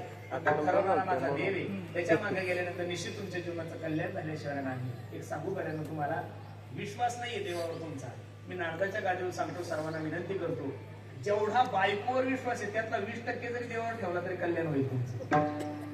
एका माणसाची डोक्याची सीर ब्लॉकेज झाली, लक्ष देऊ नका. सीर ब्लॉकेज झाली. छत्रपती संभाजीनगरच्या सर्वात मोठ्या महागड्या हॉस्पिटलमध्ये त्याला भरती केलं. 4 तास ऑपरेशन झालं. आणि ऑपरेशन थिएटरच्या बाहेर ज्या वेळेस त्याला काढलं त्यावेळेस डॉक्टरांनी बिल 25 लाख रुपये काढले होते. रडायला लागला तो. ते बिल पाहिल्यानंतर रडायला लागला. डॉक्टरही माळकरी होता. डॉक्टरला दया आली. ओ बाबा, तुम्ही माझ्या आजोबासारखे रिक्वेस्ट, मी तुम्हाला विनंती करतो, तुम्ही रडू नका. यातले मी 10-5 लाख रुपये कमी करतो, फक्त तुम्ही रडू नका. ते म्हातारा हसलं आणि डॉक्टरला सांगता, हे डॉक्टर, समृद्धी हवेमध्ये माझी 25 एकर जमीन गेलेली आणि त्याच्यात डुप्लिकेट झाडं आणि विहिरी तर किती लावले फक्त मलाच माहिती, सरकारला सुद्धा माहित नाहीये. माझ्या अकाउंटला वाईट 15 कोटी रुपये पडू नये. तू जर 50 लाख बिल काढलं असतं डॉक्टर, तर 2 मिनिटात मी चेक सिग्नेचर करून तुझ्या हातात दिला असता. डॉक्टराला धक्का बसला. 25 लाखाचं बिल पाहून म्हातारा रडतंय. म्हाताऱ्याची प्रॉपर्टी 15 कोटीची आहे. डॉक्टरांनी विचारलं, बाबा जर मग एवढे पैसे तुमच्याकडे, एवढी प्रॉपर्टी, मग तुम्ही रडता का? त्यावेळेस रडता रडता म्हाताऱ्याने सांगितलं, डॉक्टर फक्त 4 तास आयसीयू मध्ये माझं शरीर सांभाळलं तर माझ्या शरीराचं मेंटेनन्स 25 लाख रुपये काढलं. वयाच्या 85 वर्षापर्यंत माझ्या देवानं मला सुखरूप ठेवलं, पण रुपयाचं सुद्धा मेंटेनन्स घेतलं नाही. कधीतरी देवासाठी वेळ काढत चालला. काय झालंय माहितीये का, सगळे पर्याय थांबले, लोक देवाकडे जातात. माझी अशी इच्छा आहे, पहिला पर्याय देव ठेवा. अरे चोर चोरी करण्यासाठी चालला तरी बजरंग बलीला नारळ फोडतो, म्हणतोय बाबा सगळे लोक कीर्तनात एखादं चांगलं घर सांगतो दे, म्हणतो ना चोर. अरे देशीचा दुकानदार दुकान उघडतो ना, त्यावेळेस पहिली अगरबत्ती देवाला लावतो, देवाला सांगतो, देवा जरा चांगले गिऱ्हाईक घेऊ दे, आता निवडणूक लागणार आहे. धंदा 2-3 महिने खूप स्लॅग झालाय, आता जसं बरं झालं पाहिजे, बरोबर आहे का नाही? मग वाईट कामाची सुरुवात जर लोक देवापासून करत असेल तर आपण आपल्या जीवनाची सुरुवात देवापासून का करू नये? म्हणून याला तरी यावे लागे, अवघे माझ्या मागे मागे, आजी देतो पोट भरी, पुढे म्हणाल तो भरी. विठोबा कुमारी जय जय कुमार कुमारी कुमार कुमारी कुमार कुमारी विठोबा कुमार जय विठोबा कुमारी विठोबा कुमारी कुमार कुमारी कुमार कुमारी कुमार कुमारी कुमार कुमारी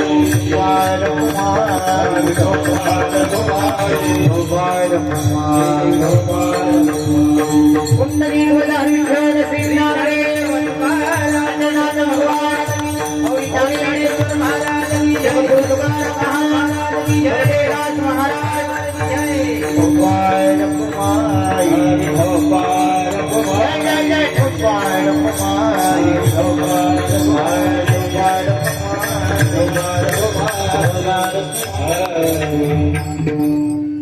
हळूहळू चला कोणी कोणाशी न बोला तुका म्हणे सांडा खाते तेने नका भरू पोटे. सांडा खाते या शब्दाचा अर्थ काय आहे? अंतकरणातले विकार नष्ट केल्याशिवाय, अंतकरणातला जातीवाद नष्ट केल्याशिवाय, अंतकरणातलं मत्सर नष्ट केल्याशिवाय तुम्हाला काला भेटणार नाहीये.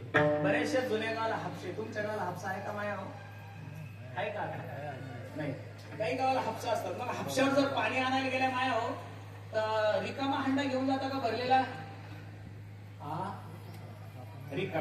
रिकामा हंडा जर हापशा खाली लावला, हापसा जर हापसला तर हंडा भरल. पण काही काही माय मावले दीडशे आहे ना असतात. रिकामा हंडा घेऊन जातात पण दिवसभर हापसतात पण हंडा भरत नाही. याचं कारण त्या माय मावलेने हंडा कसा ठेवलेला असतो? पालथा. आपण त्याला उघडा म्हणू किंवा पालथा म्हणू, बरोबर आहे का नाही? असे पालथे हंडे घेऊन कीर्तनाला येऊ नका.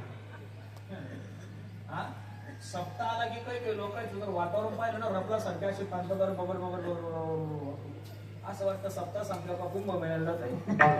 अजिबात नाही. हे बघा, सप्ताह हा अंतकरणातला जातीवाद नष्ट करण्यासाठी, सप्ताह हा अंतकरणाचं राजकारण नष्ट करण्यासाठी. अरे तुम्ही जर सप्त्यात येऊन जर गोंधळ करत असेल, सप्त्यात येऊन जर राजकारण करत असेल, सप्त्यात येऊन जर जातीवाद करत असेल तर मला तरी असं वाटतं जगाचा मालक तुमच्या जीवनातले कोणतेच संकट दूर करणार नाही. हे बघा, सर्व काला म्हणजे अर्थ तरी काय? सर्वांनी एकत्रित येऊन, लक्ष देऊन कीर्तन आहे का? सर्वांनी एकत्रित येऊन भगवंताचं भजन करणं हा जीवनातला सगळ्यात मोठा काल आहे गड्यानो. आणि तो आपण सर्वांनी केला पाहिजे. अंतकरणातले मत्सर द्या सोडून आणि इथं आल्यानंतर सर्वांनी एकोप्यानं राहिलं पाहिजे. इथं आल्यानंतर सर्वांनी एकत्रित राहिलं पाहिजे. इथं आल्यानंतर द्वेष नको. लोक इथं येऊन सुद्धा राजकारण करतात ना, लोक इथे येऊन सुद्धा भांडणं करतात. एका सुभाषितकारांनी सांगितलंय, अन्नक्षेत्रे कृतं पापम तीर्थक्षेत्रे विनश्यति, तीर्थक्षेत्रे कृतं पापम वज्रलेपो भवति. अनेक ठिकाणी केलेलं पाप तीर्थाच्या ठिकाणी धुवून जाईल, पण तीर्थाच्या ठिकाणी केलेलं पाप कुठं धुणार आहे? म्हणून गावात केलेलं काम, गावात केलेलं पाप बैरागी बाबाच्या मंदिरात धुवून जाईल, पण इथं केलेलं पाप तुम्हाला कुठं धुता येणार नाही. म्हणून तुका म्हणे सांडा घाटे तेने नका भरू पोटे. असं जर केलं तर निश्चित तुमच्या जीवनाचं कल्याण झाल्याशिवाय राहणार नाही. भगवंताने अनेक प्रकारच्या खोड्या केलेल्या आहेत. आपल्याला खोड्याचं वर्णन करायचं, लक्ष देऊ नका. जगाच्या मालकाने खोड्या सुरू केल्या. गवळणी विचार करू लागल्या, पहा ती गवळणी तवती पालती दुधाने म्हणती नंदाची आपोरे आजी चोरी केली खरी. आतापर्यंत तर कधी गोकुळामध्ये चोऱ्या झाल्या नाही, पण या नंद बाबाला मुलगा झाला तेव्हापासून चोऱ्या सुरू झाल्या.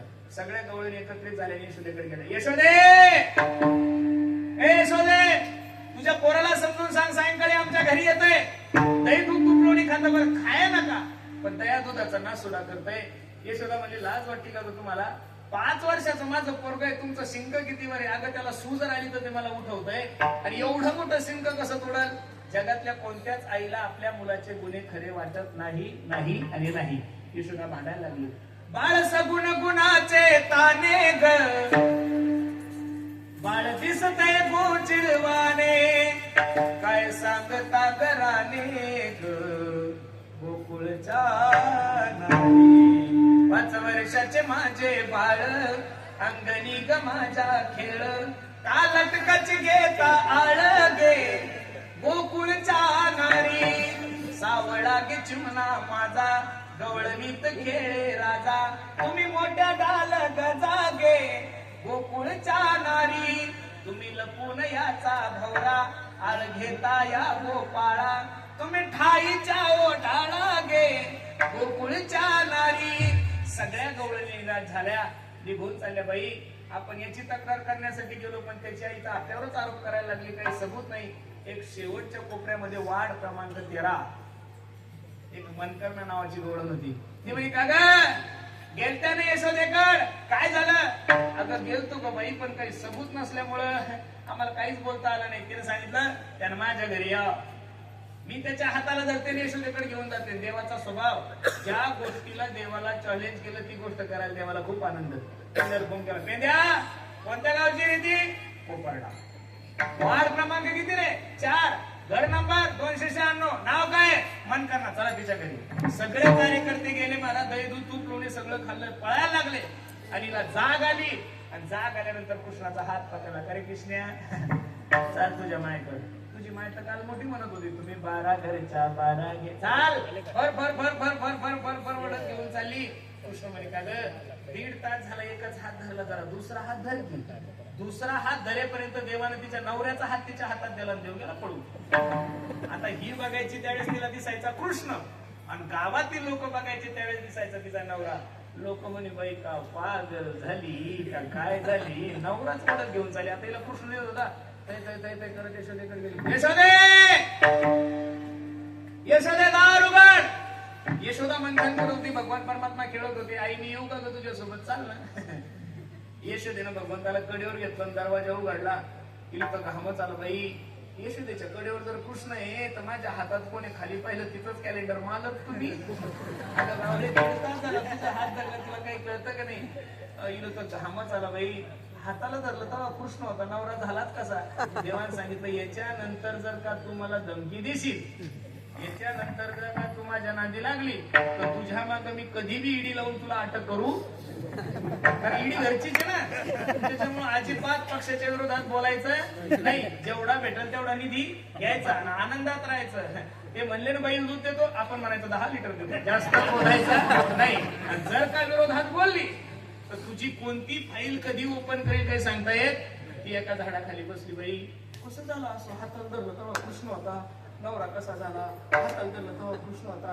नवरा कसा झाला देव प्रगट झाला याच्यानंतर माझ्या आईला चुगल्या करायच्या नाही आता तरी तुझा नवरा झालो नेक्स्ट टाइम तुझा आजन सासरा होईल त्याच्यामुळे आता बोलायचं किती खोड्या भगवंताने केलेल्या आहे नागोबा सांगतात दुसरी आली धावत म्हणे ग बाई काय केली मात मुखासे मुख चुंबन देत गळ्यामध्ये हात घालीत धरू जाता सापडेना यशोदे बाळ तुझा काना पोटवर सोसुदिंगा तिसरी आली धावोनी म्हणे ग बाई काय केली करणी पतीची दाढी माझी वेणी दोहीसी गाठ देवोनी गाठ बाई कोणा सुटेना अरे साधी बामणान बांधलेली का 7 जन्म सुटत नाही देवान बांधलेली का नाही सुटत महाराज अनेक प्रकारच्या कोड्या केल्या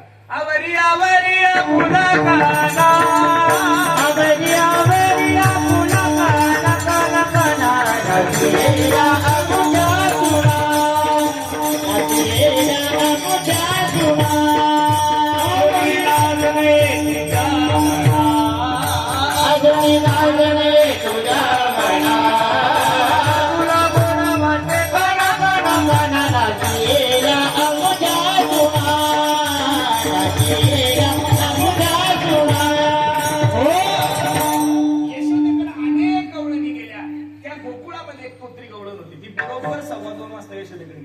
काय सांगू तू ते बाई काय सांगू तू ते यशोदा म्हणजे लवकर लवकर सांग भूक लागली जात होते यमुना पानिया वाटेत भेटला थावला सावळा नाही थावला दोईवल टोपी मळल पुछाची खांद्यावली कामला अगं माझं लेकरू ते मी मेकअप केलाय त्याचा ऐक नाही यशोदे तेने माझी तेली तवाली मग मी तेथून पळाली पलता पलता धतून पलली दोईची धादर फुटली धादर फुटली ना घागर घेऊन जायला लेकराला काही बोलू नको अगं यशोदे ऐक ना माझे तुझे फुटले मग मी ललत बथले तिकडून आले शालंग पण मला पोताती धरले अशा अनेक प्रकारच्या खोड्या केल्या आणि खोड्या केल्यानंतर यशोदेला कळालं बाई लोक म्हणतात ते चुकीचं नाही आपलं पोरग थोडं बावळेपणा करायला लागलं खरं सांगू का महाराज पोरग विचित्रपणा करायला लागलं की बापा पुढे 2 पर्याय असतात एक तर त्याला आळंदीला पाठवतात नाही तर त्याला हॉस्टेलला टाकतात लोकांनी काय समजलं महाराज की म्हणजे लोक लय ढोबळ घेतात हो जी गाय दूध देते ती गोशाळेत जी गाय दूध देते ती जे गावात कोणाच्याच कामी पोरग नाही ते आळंदीला अरे काय झालं जी नोट कुठे चालत होती महाराज पाकिटामध्ये म्हणजे बावळेपणा झालाय महाराज आम्हाला येडच समजतात आम्ही येडे नाही रे महाराष्ट्र येडा केलाय आम्ही लोक म्हणजे आमचं धोतर आणि शेंडी पाहिली लोकांना असं वाटतं एका येडे अजिबात एवढ्या हलक्यात घ्यायचं कठीण तळा झाला महाराज जी गाय कोणाच्याच कामी नाही महाराज म्हणतात जा घेऊन म्हणजे लोक दूध खाऊन घेतात आणि गाय आटली म्हणतात महाराज जा गोशाळेत घेऊन इतकी लोक हुशार आहे महाराज अहो तुम्हाला फसवतो यात काय नवले, माझ्यासारख्या हुशार महाराजाला काम फसवतो. म्हणजे महाराज मला तुमचं कीर्तन ठेवायचं, मला काही अडचण नाही. कोणाचं बारसं करायचं म्हणजे चांगली गोष्ट आहे. मला मानधन नाही देणार म्हणे महाराज, पण आपल्या घरी अशी गाय आहे की ती 2 महिन्यात जाणार, हे गबूच्या गबू गाय. मला काही हरकत नाही, मी घ्यायला तयार झालो. ही 8-10 वर्षापूर्वीची घटना आहे. गाय मी बघितल्यानंतर तुम्हाला एवढा आनंद झाला. एवढी सुंदर गाय होती की चिमटा घेतला तर रक्त एवढी गोड गाय. मी कीर्तन वगैरे केलं, ती गाय घेऊन घरी आलो. 4 पोते काय म्हणतात त्याला, आपलं ढेप, सुग्रास, हिरवा चारा, हे गाईला चालू लागलो. म्हणलं आपल्याला पहिल्यांदाच एक गाय आली आपल्या घरी, लक्ष्मी आली, आपल्याला दूध खायला होईल. 2 महिने झाले, 2.5 महिने झाले, गाय जनायला तयार. माझा एक जवळचाच मित्र डॉक्टर, मी त्यांना फोन केला, म्हणजे डॉक्टर साहेब एकदा गाय चेक करावं लागते हो. ते म्हणे या ना.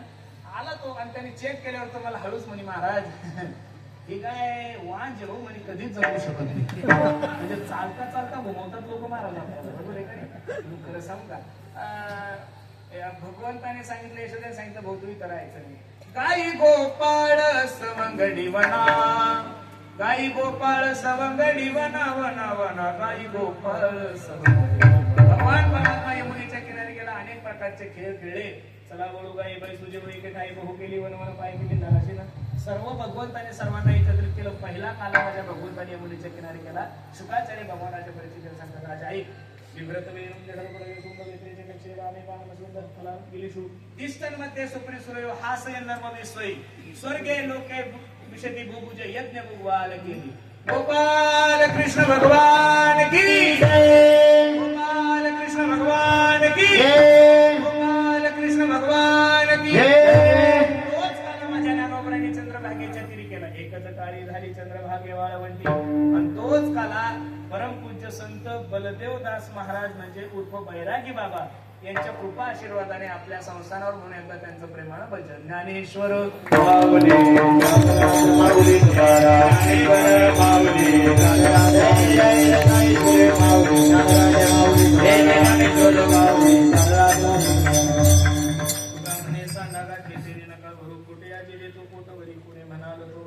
अभंगाची सरळ भूमिका मी तुम्हाला सर्व मंडळी समोर ठेवली. फक्त जाता जाता मला तरुणांना एक विनंती करायची, पोरांनो, देशाविषयी धर्माविषयी स्वाभिमान बाळगा, प्रत्येकाने एकत्रित या. आज काय झालं या तरुणांना काही कळत नाही महाराज. सगळ्यात मोठं संकट जर कोणावर असेल तर आपल्या लोकांवर आहे, आपल्या समाजावर आहे. तरुण पोरांनो, तुमच्या सोबत राहणारा मुस्लिम समाज कधीतरी त्यांचा आदर्श घ्या. अरे मुस्लिम समाज दिवसातून 4 वेळेस नॉनव्हेज खात असेल, पण त्यांची पिण्याची टक्केवारी जर या महाराष्ट्रात आणि या देशात पाहिली तर 2% सुद्धा नाहीये महाराज. लक्ष देऊन ऐका पोरांनो, नुसतं सप्ताह करणं आणि लय महाराज लोक गोळा करणं, हे मस्त चुरून चपाती भाजी वरण खाणं याला सप्ताह म्हणत नाहीये. एक सप्ताह झाल्यानंतर कमीत कमी 100 पोरांनी तरी माळी घातल्या पाहिजेत महाराज. एक सप्ताह झाल्यानंतर कमीत कमी 50 पोरांनी तरी दारू सोडली पाहिजे. काय झालं काही कळत नाही. कहा गए ते तो कहाणीवर क्या लाया तो कुछ नाहीये. तुमच्या सोबत राहणारा मुस्लिम समाज त्यांची पिण्याची टक्केवारी देशात 2% आणि आपल्या पिण्याच्या टक्केवारीचा जर विचार करायला गेलो महाराज तर 85% पुढे चाललोय आपण. आपल्या लग्नात फक्त वरमाई नवरी पेल नसती. मला चांगलं माहितीये, माझं मामकुळ इकडं मी आलेलो आहे महाराज. मी तर सांगितलं ना, या परिसराला देशी पुरस्कार द्यायला पाहिजे महाराज. इतकी बेवडे लोक आहे महाराज, काय झालंय काही कळत नाही लोकांना. लोक डिप्रेशनने. काल त्या किशोरला कीर्तन केलं, तिथल्या लोकांनी मला सांगितलं म्हणे महाराज अख्ख्या महाराष्ट्रामध्ये सर्वात जास्त आत्महत्या जर झाल्या असं तर आमच्या गावात झाल्या, त्याही व्यसनाधीन मुलांच्या झाल्या. तरुण पोरांनो, माझी विनंती गड्यांनो, अरे गंगेच्या काठी तुम्ही सर्व मंडळी अख्खा महाराष्ट्र पाणी पाणी करून जरी मेला तरी तुमचं पाणी आटणार नाहीये. पूर्णेच्या काठी तुम्ही जन्माला आलेले आहात. सर्व मंडळीने शेती उद्योग काहीतरी धंदे सुरू करा. कधीतरी पश्चिम महाराष्ट्रातल्या लोकांकडे जा, त्यांच्या बांधावर फॉर्च्युनर घेऊन जातात. शेतकऱ्याचा बंगला 2-2, 4-4 कोटीचा आहे. म्हणजे तुम्ही म्हणसाल महाराज त्यांचा आपलं असा ते प्रत्येक गोष्टीचा अभ्यास करतात. एआय पद्धतीनं लोक, मी 2-4 दिवसापूर्वी सांगलीला सुभाष सातपुते म्हणून एक माणूस आहे, त्यांच्या कार्यक्रमाला गेलो होतो. त्यांनी एआय पद्धतीनं ऊस लावलाय. तर एका एकराला 100 क्विंटल ऊस येईल एवढं त्यांचं टार्गेट आहे. आपण एआय पद्धतीनं फक्त व्हिडिओ बनवतो, आपण एआय पद्धतीनं फक्त फोटो बनवतो. कधीतरी थोडंफार शिका. आता दळणवळणाची व्यवस्था एवढी चांगली झाली, सगळे रोड आपले एकदम चांगले झाले, समृद्धी आपल्या घरातून गेली. तुम्ही जर टमाटे लावले तर 4 तासात तुम्ही मुंबईला जातात आणि 3 तासात कुठे जाताय, नागपूरला जाता. तुम्ही जोपर्यंत शेती जोड धंदा करत नाही तोपर्यंत तुमची प्रगती होणार नाहीये. कारण शेतीचं तर असं झालंय महाराज, 3,000 रुपये सोयाबीन आणि 4,000 रुपये काढायला घेतात. 2002 ला मी आळंदीला गेलो होतो, त्यावेळेस सुद्धा कापूस 5,000 होता.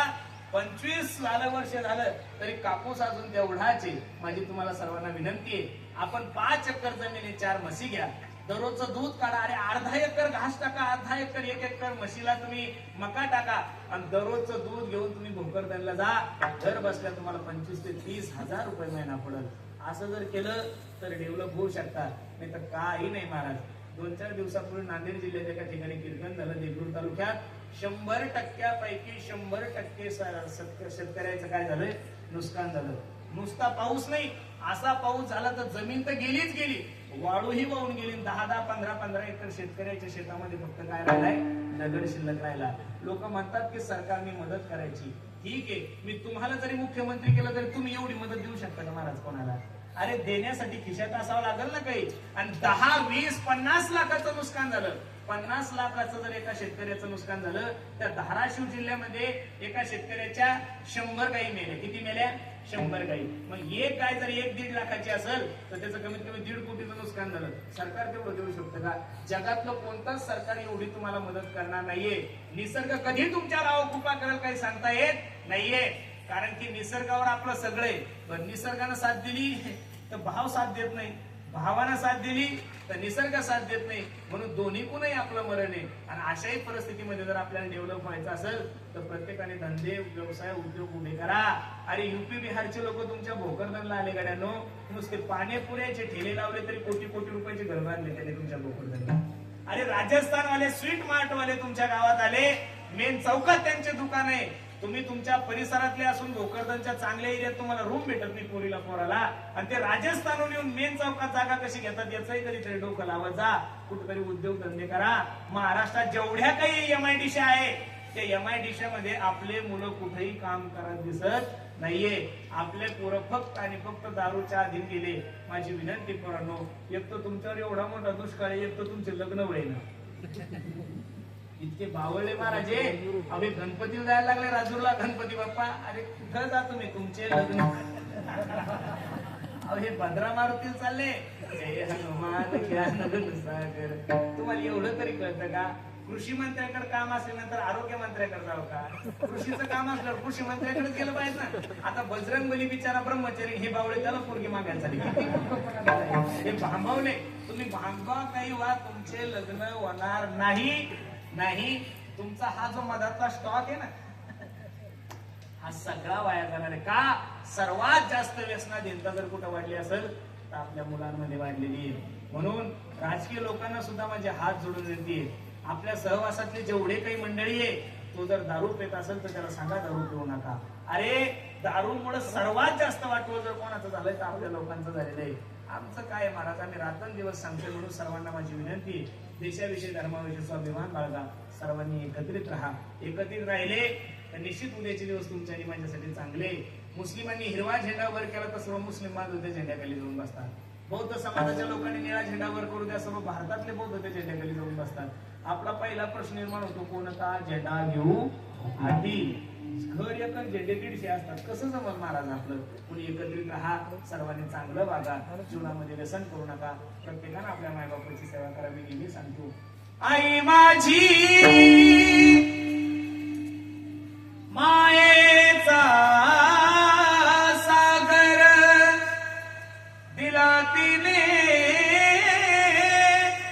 जीवनाला आकार. अग तडप त्याहून हात आणि रखरख त्या रानात राहिली समाजासाठी तू ग कष्टाच्या घामात. कधी मिळेल वर्गास, कधी घडे तिला उपवास. ओल्या मातीतून चालताना तुडविले काट्याचे ठास. आई माझी मायेचा सागर दिला तिने जीवनाला आकार. म्हणून प्रत्येकानं आई वडिलांची सेवा करा, धर्माची सेवा करा, गायीची सेवा करा. खूप सुंदर नियोजन तुम्ही सर्व ग्रामस्थ मंडळी केले. नजर लागावी एवढा सुंदर कार्यक्रम आहे. ज्यांनी 7 दिवस अन्नदान केले, ज्यांनी 7 दिवस कीर्तनकाराचे यजमान पद घेतले, ज्यांनी या कार्यक्रमासाठी सहकार्य केलं, अशा सर्व सहकार्य करणाऱ्या मंडळीसाठी एकदा सर्वांनी टाळी वाजवा. आज ज्यांनी कीर्तनाचे यजमान पद घेतले आमचे विठ्ठलराव शामराव पाटील पाबळे, डॉक्टर दीपक पाटील शेळके आणि गजाननराव सेनपडराव पाबळे या तिघांनी आजचं काय घेतलंय, यजमान पद घेतलंय. प्रत्येक मंडळींनी कीर्तनकाराचं यजमान पद घेतलंय, कोणी गायकाचं घेतलंय, कोणी वादकांचं घेतलंय. असं जर तुम्ही सहकार्य केलं तर निश्चित ज्ञानोबा तुकोबा तुमच्या पण सांप्रदायाची सेवा, धर्माची सेवा अशीच करून देऊ. खूप सुंदर नियोजन तुम्ही सर्व मंडळी केलंय. नजर लागावं एवढा गोड कार्यक्रम आहे. तुम्ही जेवढं बैरागी बाबासाठी देसाल तेवढं बैरागी बाबा तुम्हाला आशीर्वाद दिल्याशिवाय राहणार काय. कमी महाराज नदीच्या काठचे लोक आहे तुम्ही, त्रास तर तुमच्या पूर्णामुळे आम्हाला झालेला आहे. आमचे शेती गेलेले आहे, हुशार तुम्ही झाले बरोबर आहे. जाफराबाद पासून सगळा एरिया मस्त बागायती झाला. आमचं त्या काळामध्ये आम्हाला एका एकराला 99,000 भेटले बरोबर आहे का नाही. चांगल्या जमिनी गेल्या आणि आता म्हातारा वगैरे किती जरी मेकअप केला ती सुंदर थोडी दिसत असते महाराज. शेवटी काळीची जमीन काळीच असते, दगडाची दगडाचीच असते. तिच्यावर तुम्ही कितीही माती टाका आणि कितीही गाळ टाका, जी मळ्याची जमीन आहे ती मळ्याची जमीन आहे. सर्व मळ्याची जमीन गेली. म्हणून सर्वांना माझी विनंती, खूप सुंदर नियोजन. त्यातल्या त्या तरुण वर्गाला द्यावे तेवढे धन्यवाद. तरुण वर्ग बहुतांशी आहे. फक्त तरुणांना माझे हात जोडून विनंती, पोरांनो सर्व काही करा, फक्त जीवनामध्ये व्यसन नका करू. ज्यांच्या सुंदर अशी रामकथा आपण ऐकली, आमचे सुदाम बाबा आहेत, ज्यांचं मार्गदर्शन या सत्याला लाभलेले आमचे दत्तू महाराज आहे, आमचे भगाजी महाराज आहेत, ज्यांनी गोड असा पखवाज वाजवला, असे असणारा आमचा उमेश दादा आहे, ज्यांनी गोड असं गायन केलं, आमचे दामू अण्णा आहेत, आमचे माऊली दादा आहेत, आपल्या भागाचं वैभव आमचे प्रदीप महाराज बनकर उर्फ चिल्याबाळ. सर्वच मंडळीला द्यावे तेवढे धन्यवाद. आज आवर्जून कार्यक्रमाची शोभा वाढवण्यासाठी अनेक क्षेत्रातले मंडळी आलेले, त्यामध्ये प्रामुख्यानं आमच्या आशाताई सुद्धा कार्यक्रमासाठी उपस्थित आहेत, आमचे दाजी आहेत, सर्वच मंडळी तुम्ही आहेत. सर्वांच्या चरणी मी माझा माता ठेवतो, वाणीला पूर्ण विराम देतो. विठ्ठल जय जय विठ्ठल, जय विठ्ठल जय जय जय विठ्ठल, जय जय विठ्ठल, विठ्ठल जय जय विठ्ठल. पुरी रे पुरी वेडी वापुरी उतरी नाही उच्चारिला अधिकारना पुरा सिंकेला दिले तुरी होतो तिकाई तुरी वारे तुरी गए मुख पदर